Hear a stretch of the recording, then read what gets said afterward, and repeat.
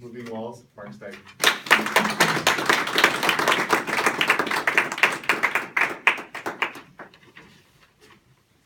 Have you ever been completely confident that you knew what was right for your organization, and yet nobody would follow you? Feels like that's happened in my entire life.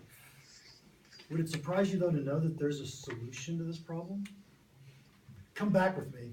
Many, many years ago, I had a PhD in pricing. I was hired by National Semiconductor to change the way they do pricing. I've worked there several months. I've done research. I've put in a lot of effort and energy. And it's time. I'm going to transform this company. I walk into my boss's office. I say, boss, well, my boss, short guy, always thinks he's right. Kind of reminds me of Napoleon. But I said, boss, we got to get a new pricing system. This is going to save us millions of dollars. And the boss looks at me and goes, you know, I think we'll spend that money elsewhere. And so I just walked back. And so I did more work. I did more research. I found a new thing we could do. I walked back into that boss and said, hey, boss, you know what we need to do is we need to change the way we price commodities. You know, there's millions of dollars for us to make in making these changes. And the boss says, you don't know what the history of National is. We almost went out of business with our commodity pricing. We're not going to change the way we price commodities.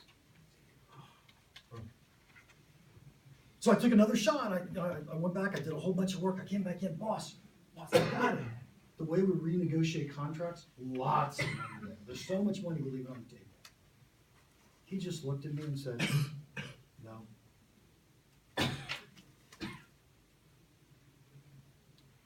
Luckily for me, Napoleon ended up leaving the company. And so I got a new boss. My new boss's name was Jeff. Jeff, wonderful guy. He's super nice, smart. Jeff and I would talk politics a lot. We would talk pricing. Most importantly, we would talk leadership. We spent hours having conversations.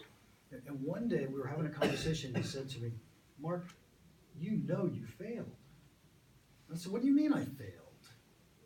He said, you've been with the company for a couple years now, and you really haven't gotten anything done. I said, but that's not my fault. Right? I went in with the pricing system. We need a new pricing system. They said no. I said we had to change the way we do commodity pricing. They said no. I said we had to change the way we renegotiate contracts. They said no. It wasn't my fault. I tried. And what Jeff said next, I will remember the rest of my life. He said, Mark, look, I can hire anybody to move paper from one side of a room to another. What I need is somebody who is able to move a wall.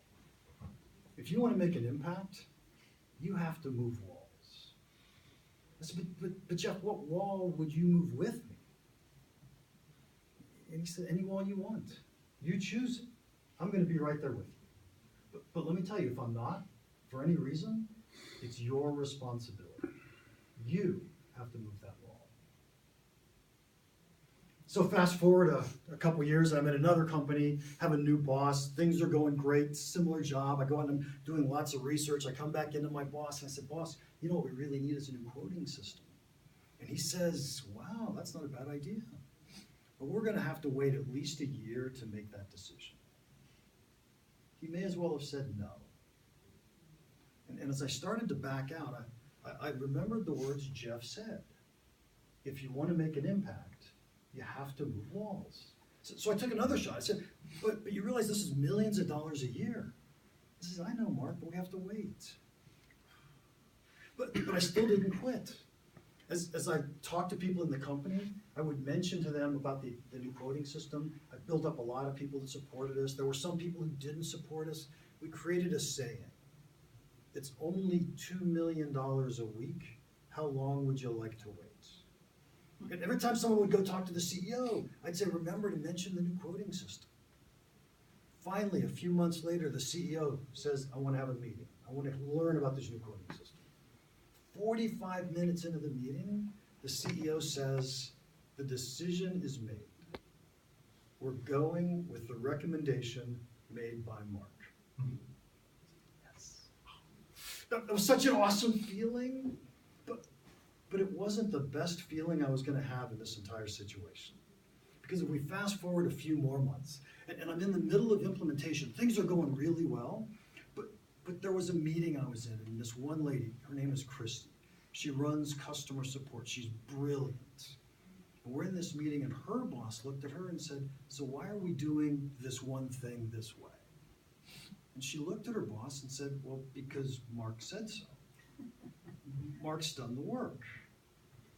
I'm thinking I need to meet this Mark guy. But later on that night, I go think about it, and it's like, wow. You know, my entire life, I wanted to be a leader, and nobody ever followed. And all of a sudden, I'm a leader. She was following me. And I looked around the company, and it felt like everybody was doing that. And you know the real difference was I was no longer trying to be a leader. I was trying to move a wall. The next time you find yourself in one of these situations where you know you're absolutely confident on what's right for your organization, but people aren't following, just remember Jeff's words. If you want to make an impact, you have to move walls. It's up to you.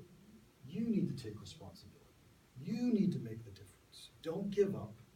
Go move a wall.